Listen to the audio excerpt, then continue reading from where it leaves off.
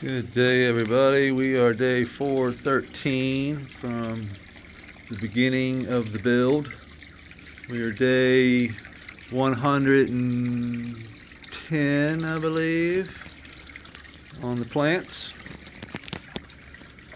That's from seed. So we removed 2 Cherry Grandes yesterday. Let's see, you can see where the covered them up. Here somewhere. There's one. And here's 2. No hollow stem. Very healthy.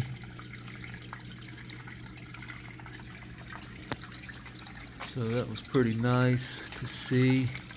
We've got this Cherry Grande. We have super cropped a bunch of these plants. Basically what that means is just I've come around and just bent these, and I'm allowing light to get to these inner buds, and they'll finish much faster that way. Only a couple of days. You can see how the tops finish but then the bottoms don't. That's because we don't have any under canopy lighting in here, and these bottom nodes need light to finish, so we just bend the tops out of the way. They don't get as much light. Shoots light down here to the lower buds, and voila. Just have to wait a couple extra days.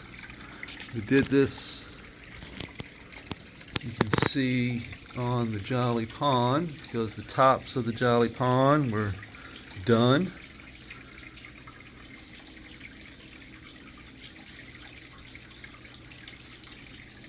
But the lower ones down here are not quite there. But the next day, probably, they'll be there. This one here is pretty close to being done as well. This one down here, the little baby, which turned out to be really pretty, but tiny.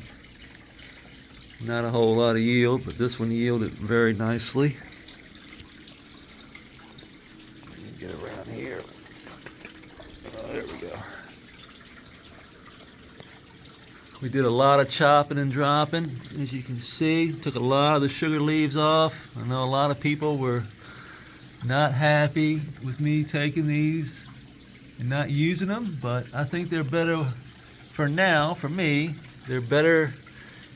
The best use for them is in the soil, letting those terpenes, letting those leaves break down and go right back into the soil. And that's how we're going to do it. We need that cover. You can see we just covered the top of the soil with these leaves, and that's exactly what Mother Nature would do when they're done. So we super crop these as well. The strawberry crippler. This is Blue Ridge Genetics. We're going to allow that light to get down in there to those lower nugs, and they will finish off just like that.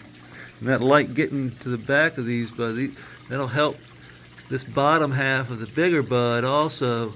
See, the top will be finished, but these leaves are blocking the underside. So by getting that light, we'll plump up the underside of those buds and get a bigger bud. It's just that simple.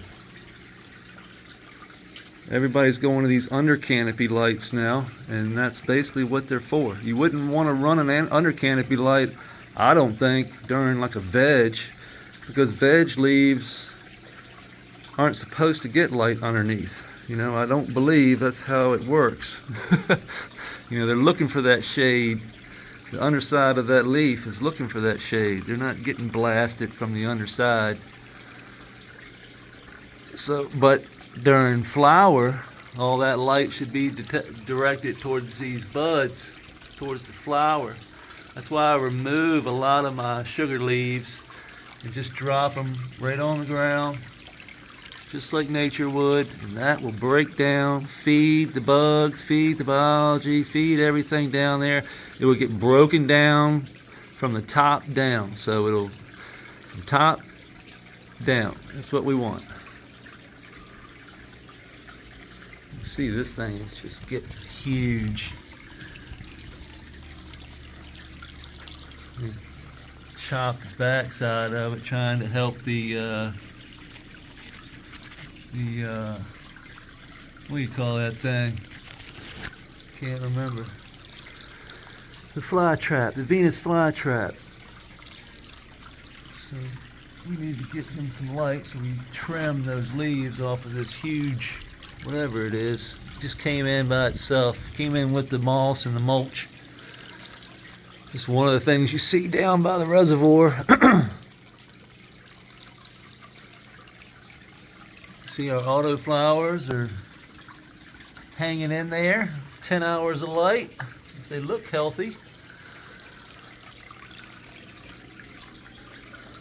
So we'll probably take the Cherry Grande in the next, probably Thursday, if not tomorrow. The Divine Pine's probably going to go today. A couple of the Wild Blues will go today, and then the Blue Ridge, the Jolly Pond over there, will probably Thursday, maybe Friday. We'll see how those go. There's not a whole lot of light. But as soon as we get, I'm waiting on some brackets for the railing.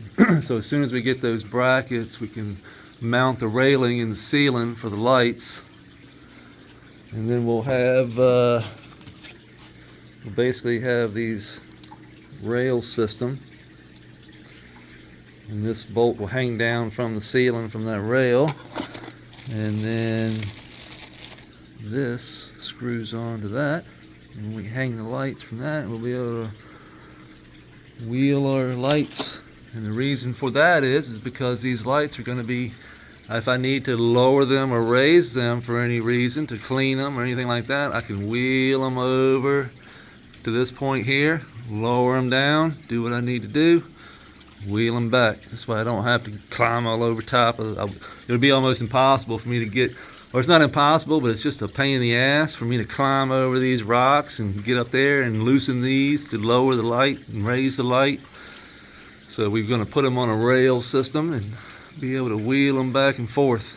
So there'll be two here, there'll be one here and one there, and then one on this side. I don't want a light directly over my fish pond, but I do want to be able to wheel it. So it's a 5-foot section, so that section will be able to wheel from here, and I'll be able to wheel the lights over to here, and we'll probably set up a little more of a turtle platform on this side for the turtles to climb up on. We have this platform over here, but we'll also have another one over here, kind of a basking area, so to speak. As the turtles get bigger, they're going to want to bask in the sun. Right now they don't really come out of the water too much because they're small and scared, but as they get bigger, more comfortable, they're going to want to come up and hang out on the rocks. They're going to want to crawl up these logs here and get up here and bask in some sun, which those Grandmaster LEDs will put off, I'm hoping, plenty of heat and plenty of light to let those turtles bask in. But we shall see. We may have to set up a little basking light or something, maybe over in that corner on a timer set with the lights so it goes off when I need it to. So we bask in the day and it turns off at night.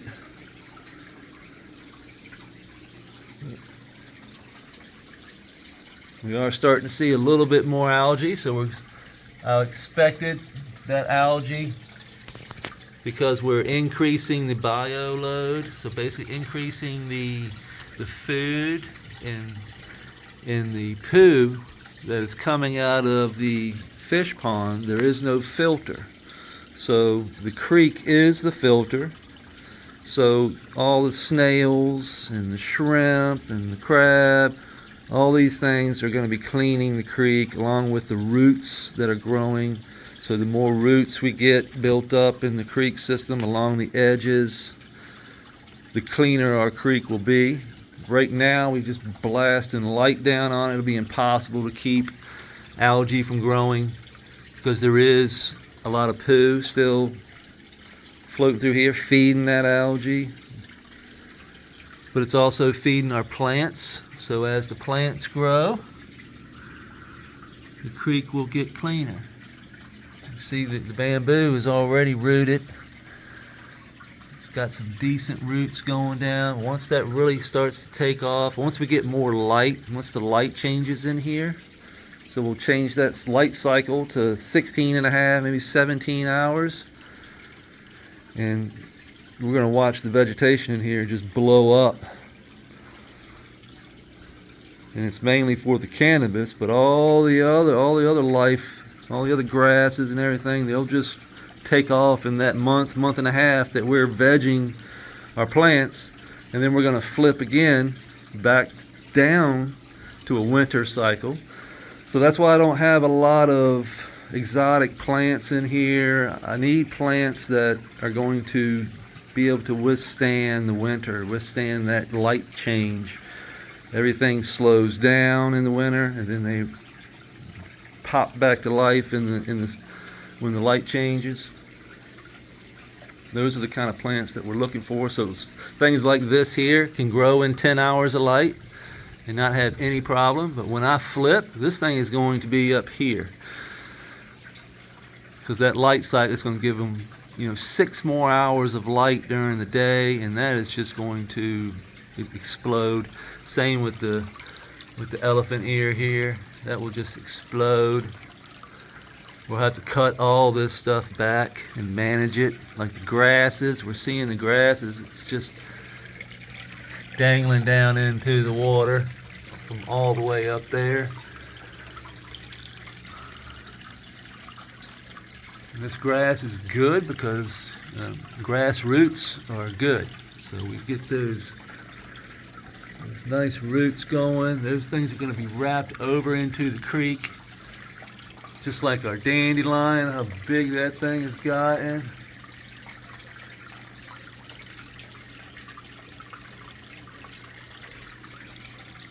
Our sundew is doing well. Got plenty of bugs in it.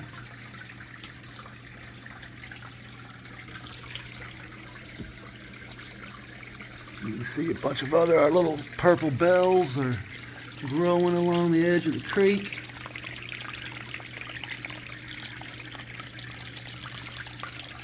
Grass is starting to turn green. It's a really good sign that we are getting some good nutrients into the creek system. See all our snails are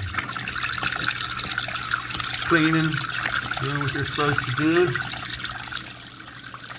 They definitely keep that bowl clean, that's for sure. And the pond just stays clean. You can see that the turtles ate our lily pad leaves. You can see chomping out at it. Look at them chomping. And that's fine. If they want to eat the lily pad, I am not going to stop them. The lily pad will grow and grow and grow. It's probably a good thing that they're eating it, because lily pads take over. If you've ever had a fish pond outside, it's pretty crazy. So lilies are aggressive, but they make good food. See, our algae eater is hanging out on the side. That's a Chinese algae. I got that from a pet store. I think they were like 50 cents. Dude made me buy them. Bought 2 of them, but I also bought 2 Plinkos, and they're getting big. I saw one the other day, but they're hard to get on camera. So there are 2 of those, 2 of the Chinese, and we've got some minnows. We've got there's a few minnows right there.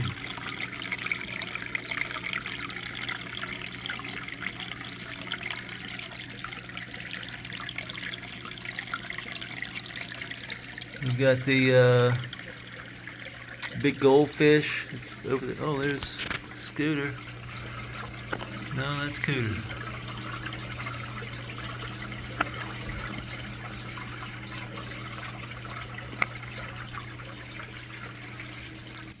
feed. Let's feed. Let's get a little food. I use this is koi food, or fish food, but the turtles love it. All I do is a few pellets. That's all we need. A few over there and a few over there.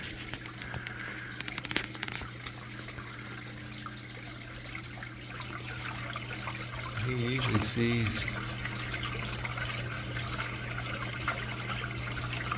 He's looking at me. He don't like the camera. When I just kneel down and without the camera, he's usually right on top of that stuff.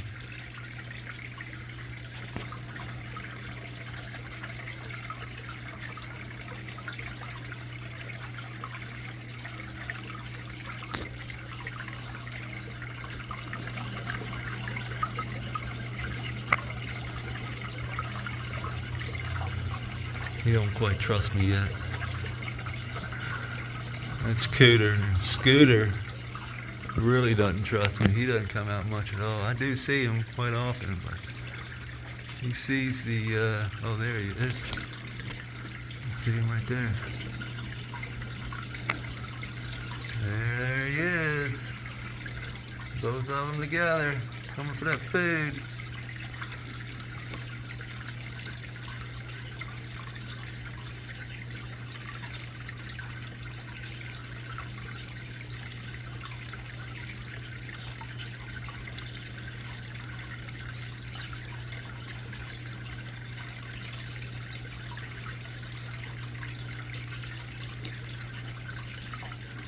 Y'all better get out there. Them fish are gonna get up there and get your food.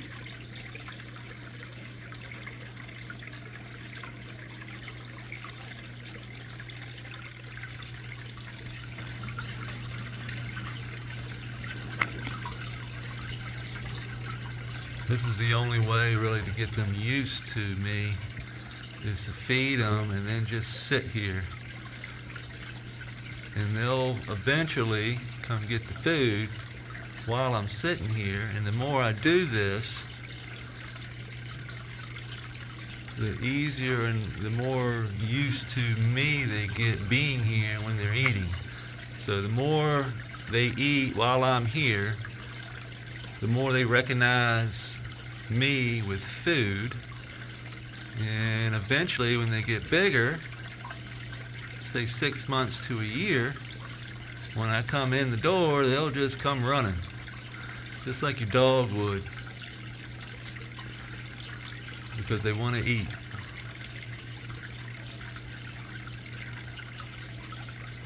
It just takes a little time to get them used to. Every time I move, see that little bit, and Scooter took off. Just not used to me being here yet. Cooter, on the other hand, kind of getting used to me a little bit.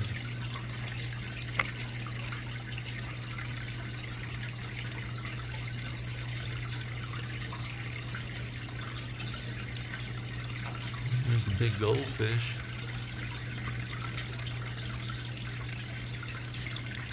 There it is.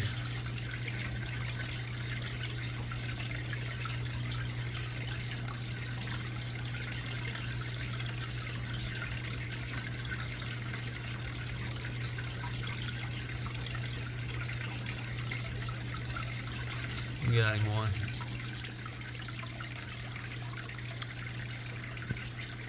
Well, that was cool. I appreciate everybody coming in and following along. Our first run is almost in the books. We'll be hanging some new lights and starting the second run, flipping the light cycle, and we'll be off to the races again for round 2. We're going to see how far we can go, how far we can push this bed without having to amend a lot of amendments like crab meal and bone meal. And so basically I'm not buying anything. I'm just going to plug and play and see how far we get, see what the flowers do. And if we have to do some amending, we will. But until tomorrow, we'll see you then. Thanks.